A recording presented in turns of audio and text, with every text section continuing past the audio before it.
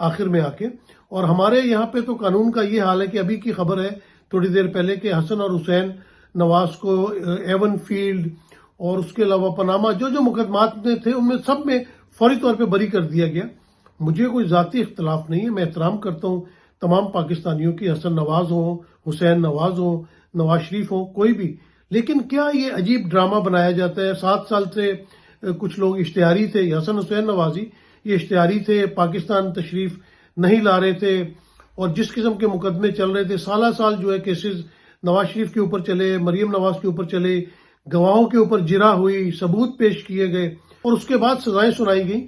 پھر ایسی کیا کایا پلٹ ہوئی، ایسا کیا لندن پلان بنا جو کہ عمران خان صاحب نے تو آج کل جو کچھ بھی ہو رہا ہے یا پچھلے 2 سالوں سے جو کچھ ہو رہا ہے، عمران خان صاحب نے تو 2 سال پہلے بتا دیا تھا جب انہوں نے سائفر لہرایا تھا پہلے اپنے جلسے میں عدم اعتماد کے بعد، انہوں نے تمام چیزیں بتا دی تھی اور ان میں سے ایک ایک چیز آج جو ہے وہ سچ ثابت ہو رہی ہے.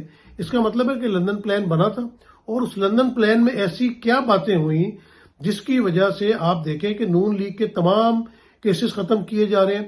اسحاق ڈار کو جو ہے وہ وزیر اعظم کے جہاز میں پاکستان واپس لے جایا جاتا ہے، نواز شریف صاحب واپس پہنچ جاتے ہیں. اچھا، اس میں ایک خاص بات ہے، کسی خاص وقت کا انتظار ہو رہا تھا، شاید ایک تعیناتی ہونی تھی سپریم کورٹ میں، ان کے آنے کا انتظار ہو رہا تھا کہ عمر عطا بندیال صاحب جو ہے وہ چلے جائیں اور نیکسٹ جو چیف جسٹس ہیں وہ آ جائیں.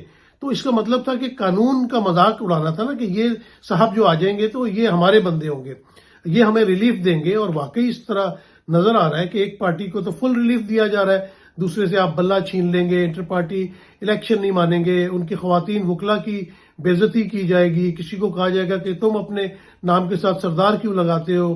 تو اس طرح کی باتیں کی جائیں گی. تو اگر عدلیہ میں آپ کو، اور وہ بھی اتنے بڑے فورم جو پاکستان کا سب سے بڑا فورم ہے، اس کے اگر آپ کو یہ چیزیں نظر آئیں گی تو انصاف عام عوام کو کہاں سے ملے گا؟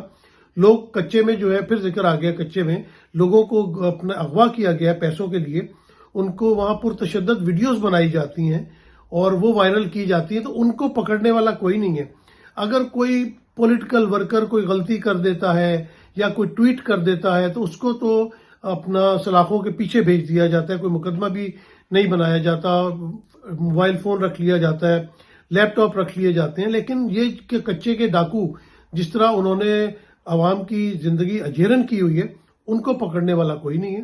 عمران خان صاحب کی بات ہو رہی تھی، عمران خان صاحب کا جو بھی زندگی میں کریکٹر گزرا ہے سب کے سامنے سادہ، ان کو سادہ آدمی بھی کہا جاتا ہے کہ جہاں دل کرتا ہے وہ سو جاتے ہیں. ہم نے اکثر دیکھا کہ ٹرک اڈے کے پاس جو چرپائیاں پڑی ہوتی ہیں اس پہ لیٹے ہوتے تھے، یا وہاں بیٹھ کے عام لوگوں کے ساتھ کھانا کھا رہے ہوتے تھے، جو بھی مل جاتا تھا کھا لیتے تھے.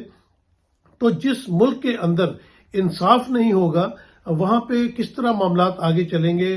آپ کسی کو تو ایک ایک دن میں ریلیف دے رہے ہیں اور باقی عمران خان کے خلاف جو مقدمات ہیں ان میں جس طرح سزائیں دی گئی ہیں اور سزاؤں کے بعد جس طرح ان کی اپیلیں دائر کی جا رہی ہیں، اپیلیں خارج کی جا رہی ہیں، اپیلوں کو سنا نہیں جا رہا، تو آپ اس کا مطلب ہے کہ یہ کوئی ایجنڈا ہے، یہ کوئی جرم ایسا نہیں ہوا ملک کے اندر کہ عمران خان نے تو ایسے جرم کر دیے تو ان کو تو اس کی سزائیں دی جا رہی ہیں. اور پورے پاکستان کے اندر لا قانونیت ہے. آپ جرائم کی ریشو اسلام آباد ہو جو کہ کیپٹل ہے، اس کے علاوہ کراچی ہو، لاہور ہو، بڑے بڑے شہر ہیں، وہاں کی آپ فگرز دیکھ لیں، وہاں پہ اس قسم کے جرائم ہو رہے ہیں کہ عوام تنگ پڑی ہوئی ہے. تو باقی چھوٹے چھوٹے علاقوں میں کیا حال ہوگا؟ لوگوں کو انصاف نہیں ملتا، اور جن ملکوں سے انصاف اٹھ جاتا ہے وہاں سے اللہ تعالیٰ کی رحمت بھی اٹھ جاتی ہے. تو یہ بڑا لمحہ فکریہ ہے پاکستان میں. ہمارے قانون نافذ کرنے والے اداروں کو، ہماری عدالتوں کو یہ سوچنا پڑے گا کہ کس طرح عوام کو انصاف دیا جائے. ایک تو وہ عوام پہلے ہی پسی ہوئی ہے، پسی ہوئی عوام کو جو ہے وہ آپ اور مزید ان کے اوپر مظالم اٹھائیں گے تو وہ کہاں جیئیں گے؟ ایک زمانے میں کہا جاتا تھا کہ یہ جو لنگر خانے بنائے جا رہے ہیں لوگوں کو آپ جو ہے فقیر بنا رہے ہیں یا بھکاری بنا رہے ہیں. آپ نے تو پورے ملک کو بھکاری بنایا ہوا. جس طرح IMF کے ترلے منتیں ہو رہی ہیں، ان کے لوگوں کو جابز دی جا رہی ہیں، جس طرح اپنے وزیر خزانہ ان کے کہنے پر ہی لگایا نا. نہیں تو پاکستان میں ٹیلنٹڈ لوگوں کی کمی تو ہے نہیں.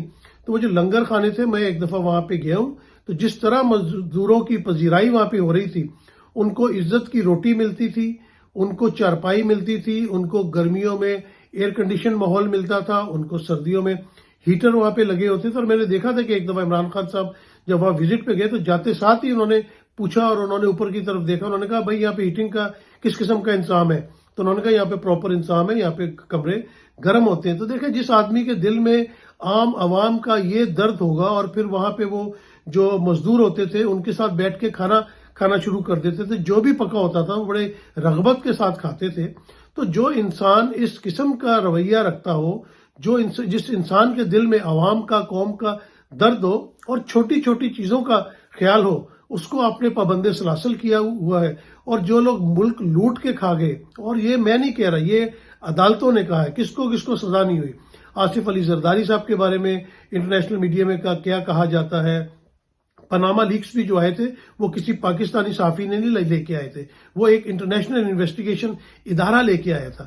تو آپ نے ملک کے اوپر چوروں کو تو مسلط کر دی ہے, اور ایک شخص جو تمام اپنی عیش و عشرت چھوڑ کے برطانیہ سے, یورپ سے پاکستان گیا اور پاکستانی عوام کی خدمت کرنا چاہتا اور کر بھی رہا تھا, آپ نے اس کو پابند سلاسل کیا. میرے خیال سے یہ تمام لوگوں کے لیے لمحہ فکری ہے, ہمیں اس چیز کو سوچنا پڑے گا. آج کے لیے اتنا ہی کافی ہے. انشاءاللہ اگلے ویلاگ میں ملاقات ہوگی. اللہ حافظ.